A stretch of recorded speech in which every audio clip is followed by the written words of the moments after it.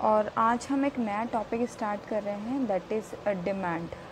Economics में demand concept बहुत important होता है, क्योंकि जितने भी आगे के फैक्टर, आगे के टॉपिक हम पढ़ने वाले हैं उसमें ये डिमांड, सप्लाई, यूटिलिटी, ये सारी चीज़ें बहुत इम्पॉर्टेंट होती है। तो इस टॉपिक को हमें बहुत अच्छे से समझते हुए चलना है। सबसे पहले मैं इसका कंसेप्ट आपको, मीनिंग आपको समझा देती हूँ कि what exactly demand is. Normal language में अगर मैं बात करती हूँ, अगर हम नॉर्मली बात करेंगे आपस में विदाउट इकोनॉमिक्स स्टूडेंट, तो हम क्या बोलेंगे? Demand is a desire. ठीक है, what is your demand, what is your desire. तो ये एक कॉमन थिंकिंग होती है, but for economist, for a student of the economist, demand सिर्फ एक डिज़ायर नहीं है। ठीक है, ये क्या होती है? ये उस तरह की डिज़ायर है विच इज़ फोर्स और associated with resources. So desire which is associated with what? Enough resources.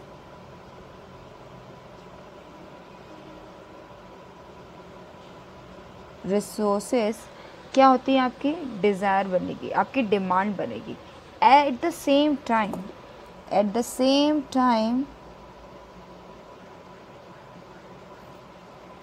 It should have willingness.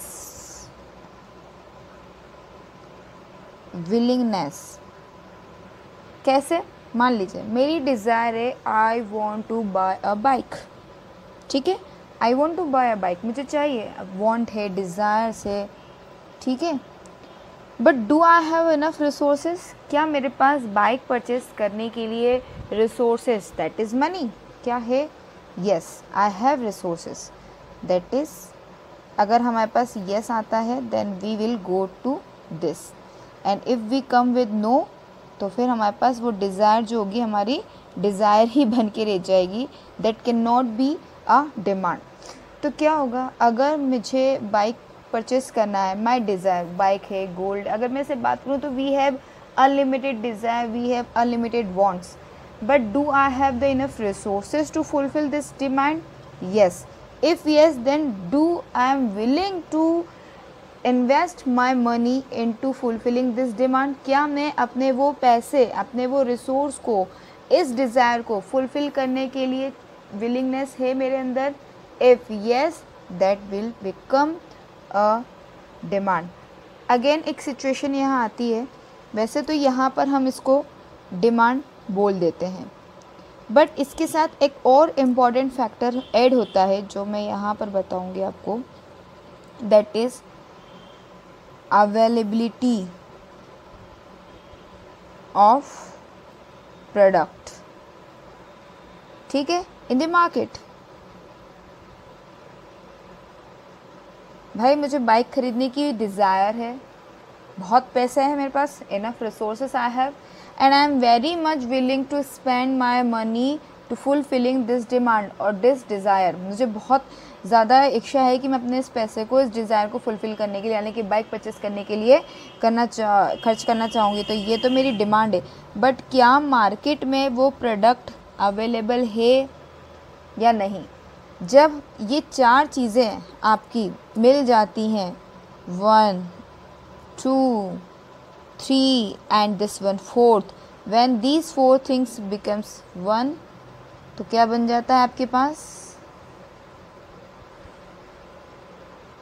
That will become your demand for product।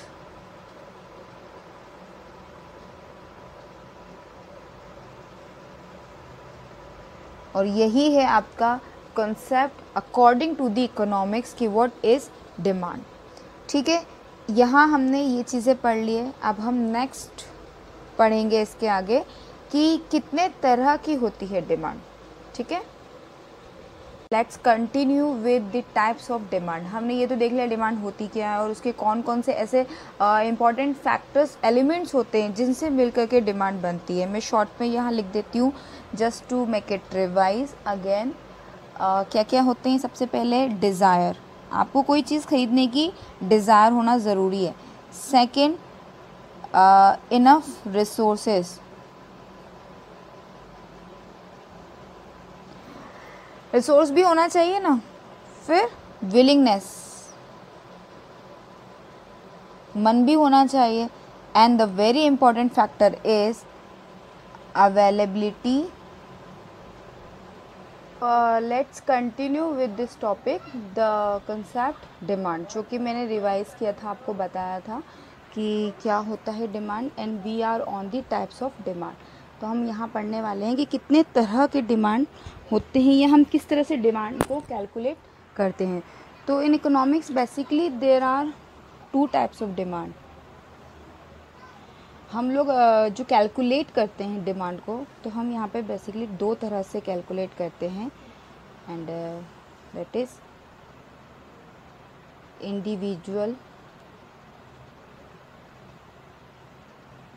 Demand and market demand. ठीक है, तो individual demand क्या होती है? Individual demand वो होती है, demand होती है जो एक इंडिविजुअल, ठीक है, हम इसमें क्या कैलकुलेट करते हैं, individual demand refers to those quantity of a commodity which an individual consumer buys at a particular time at different alternative price in a market. That means it is a demand for an individual, a consumer buy commodity, ठीक है, consumer bias commodity and which a particular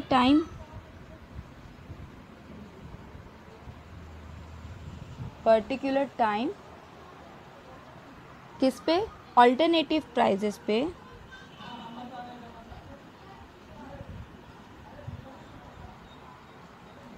from the market या इन the market. ठीक है, तो ये है आपका concept of individual demand. इसका बहुत ही छोटा सा एग्जांपल है, मैं यहाँ पे इंडिविजुअल डिमांड कवर करती हूँ, देन नेक्स्ट पेज पे हम जा कर के मार्केट डिमांड को कवर अप करेंगे। तो अगर मैं यहाँ पर ही इसका एग्जांपल ऑफ इंडिविजुअल डिमांड बता दूँ, ठीक है, तो मैं यहीं पे आपको बताती हूँ स्केड्यूल कैसे होगी इसकी। तो अगर मैं मान लेती हूँ कोई ए है और ए इज़ परचेसिंग मिल्क, ठीक है, ए इज़ परचेसिंग मिल्क और उसकी क्या अल्टरनेटिव प्राइस है, और उस अल्टरनेटिव प्राइस पे किस तरह से वो काम कर रहा है, किस तरह से उसकी डिमांड डिफ़र करती है, ये हम देखते हैं। तो यहाँ पर मैं लिखती हूँ प्राइस ऑफ मिल्क, ठीक है, और यहाँ पर हम देखते हैं क्वांटिटी ऑफ मिल्क या कमोडिटीज़, ठीक है। जब किसी कंज्यूमर, प्राइस ऑफ मिल्क कितना है, 12 रुपीज़ है, तो किसी कंज्यूमर की कितनी क्वांटिटी हो सकती है, 10 पैकेट्स या 10 यूनिट्स वो क्या कर रहा है, परचेस कर रहा है। जब प्राइस हुआ 10 रुपीज़, प्राइस डिक्रीज़ हो गया, क्वांटिटी बढ़ गई, प्राइस फिर डिक्रीज़ होता जा रहा है, क्वांटिटी क्या होती जा रही है, बढ़ती जा रही है। क्यों? ये एक एग्ज़ाम्पल भी है और समझने की बात है कि यहाँ पर हमने ऐसे लेके चला है कि अगर प्राइस डिक्रीज़ होता है तो इंडिविजुअल डिमांड क्या है, कुछ भी हो सकता है। यहाँ पर मैं एग्ज़ाम्पल को कंटिन्यू अगर कर दूँ तो एग्ज़ाम्पल में हम ये भी देख सकते हैं कि प्राइस इंक्रीज़ हो रहा है, उस सिचुएशन में क्या हो सकता है, आपका डिमांड कर्व नीचे भी जा सकती है, आपकी क्वांटिटी कम हो सकती है। यानी कि इसको मैं ऐसे क्यों कम करूँ, मैं नीचे जाकर उसको 12 रुपये करने से बेहतर है, मैं तो आपको सिर्फ एक रेशो बता रही हूँ कि जब 12 रुपीज़ प्राइस हो रहा है तो वो 10 यूनिट्स परचेस कर रहा है, जब 10 रुपीज़ प्राइस हो रहा है तो वो 20 रुपीज़ परचेस कर रहा है। दिस इज़ जस्ट एग्जाम्पल, तो इससे कोई फ़र्क नहीं पड़ता। इसी तरह से इसके ग्राफ को भी अगर मैं यहाँ पे समझा दूँ तो ग्राफ भी सिंपल सा बन जाएगा। ये हमारी वाई एक्सेस हो जाएगी, ये हमारी एक्स एक्सेस हो जाएगी। यहाँ पर हम लेंगे प्राइस, मैं यहाँ लिख देती हूँ, टेढ़ा हो जाएगा। यहाँ पर हम लिख देंगे क्वांटिटी, ठीक है। तो प्राइस स्टार्ट करेंगे हम 0 से। हमने प्राइस यहाँ, तो हम देख रहे हैं ग्राफ का प्राइस हम देखेंगे 2 से, 2 to 4 हम चलते जाते हैं। यहाँ पे 2, देन 4, देन 6, देन 8, ये हमारे प्राइस हैं 10 एंड दैट इज़ 12।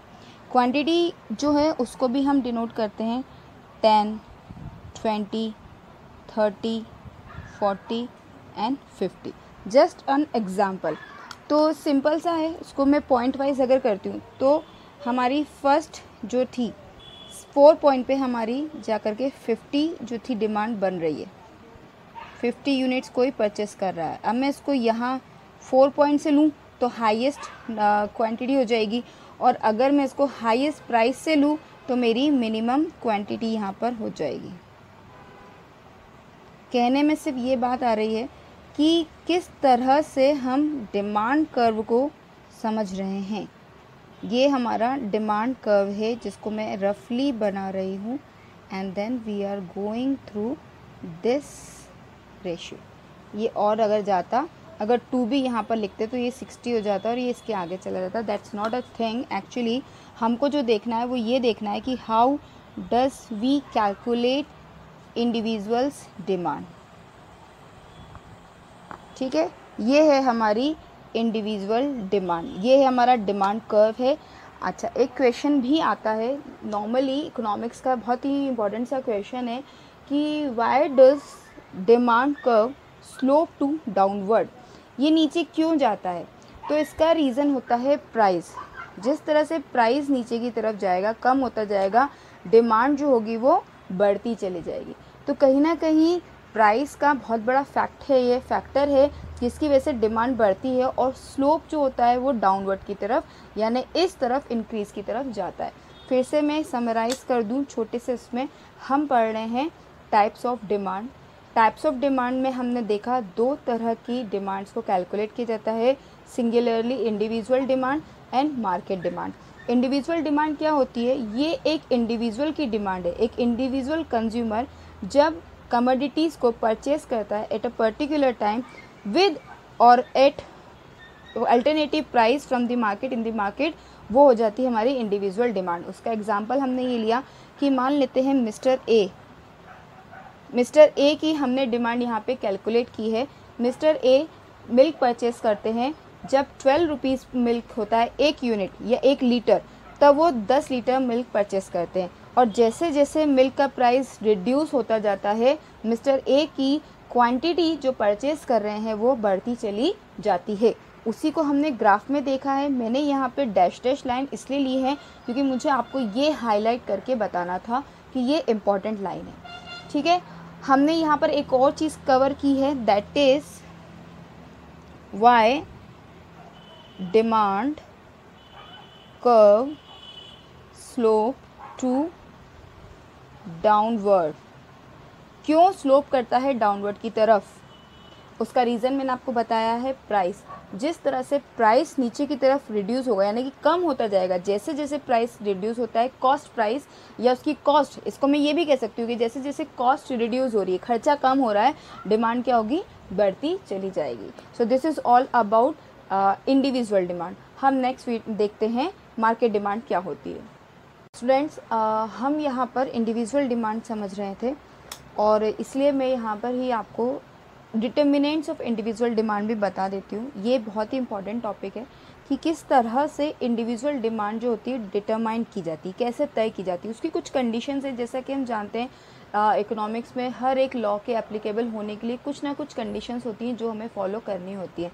ये वही है। फर्स्ट जो डिटर्मिनेंट होगा डिमांड का वो होता है price of commodity. Price of commodity मैंने यहाँ पर ही आपको समझाया था कि किस तरह से प्राइस जो रिड्यूस हो रहा है और उसी से डिमांड क्या हो रही है, बढ़ और घट रही है। अगर मैं अप टू डाउन जाती हूँ देन डिमांड इज़ इंक्रीजिंग, अगर मैं डाउन टू अपवर्ड जाती हूँ देन डिमांड इज़ डिक्रीजिंग। हम इसे दोनों तरफ से कैलकुलेट कर सकते हैं या दोनों तरफ से चेक कर सकते हैं। तो सबसे बड़ा डिटर्मिनेंट तो प्राइस हो जाएगा। सेकंड इसकी मैटर करता है change in price of substitute goods,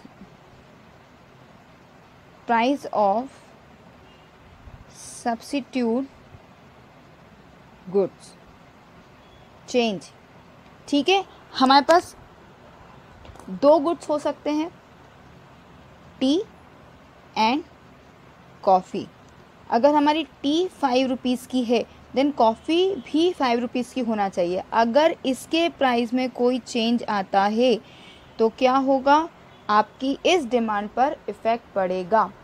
तो ये चेंज ना हो, कांस्टेंट रहे, this is very much necessary. ठीक है, next price of complementary good. Complementary goods क्या होते हैं आपको मालूम है? कॉम्प्लीमेंट्री गुड्स वो होते हैं जो एक दूसरे पे डिपेंड करते हैं, जैसे कि क्या हो सकता है, पेट्रोल एंड व्हीकल। ठीक है, ये दोनों एक दूसरे के बिना क्या है, विदाउट यूज़ हैं। अगर पेट्रोल नहीं है देन व्हीकल का कोई यूज़ नहीं है, तो इसका भी प्राइस क्या करता है, मैटर करता है। Next very important, that is income of consumer. Consumer की इनकम कैसी होना चाहिए, शुड रिमेन अनचेंज्ड। क्यों? क्योंकि जैसे अगर इनकम बढ़ गई तो जाहिर सी बात है, अगर उसकी इनकम बढ़ गई, मान लो मिस्टर ए 5000 रुपीज़ अर्न करते हैं, प्राइस अगर उनका बढ़ गया, सैलरी उनकी बढ़ जाती है, तो डेफिनेटली वो क्या करेंगे, 12 रुपये पे ही ये यूज़ करना शुरू कर देंगे 20 लीटर्स। क्यों? ऑफ कोर्स उनके पास इनकम है, उनके पास रिसोर्स, ये जो रिसोर्स हम पढ़े थे ये ज़्यादा है। ठीक है, एंड कुछ और भी हैं, जैसे कि consumers taste and preferences. Taste and preferences मैं बहुत शॉर्ट में इसलिए समझा रही हूँ, I want to complete this topic here, so हम इस पूरे इंडिविजुअल डिमांड को क्लियर कर सकें। थोड़ा हौश-पौश हो रहा है, आई होप आप समझ सकें।